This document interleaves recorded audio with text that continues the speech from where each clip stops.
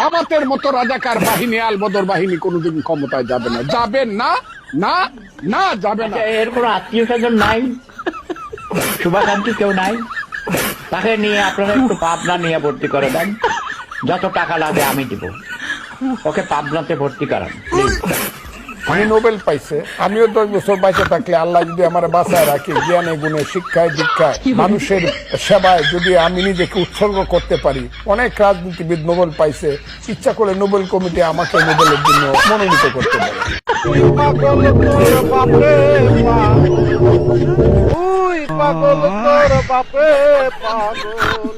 ইস্তেমার মাঠ নাকি জঙ্গিদের একটা কারখানা, শুধু মেলাটাকে বানায় ফেললো, এটা একটা ইস্তেমার মাঠ, জঙ্গিদের একটা কারখানা।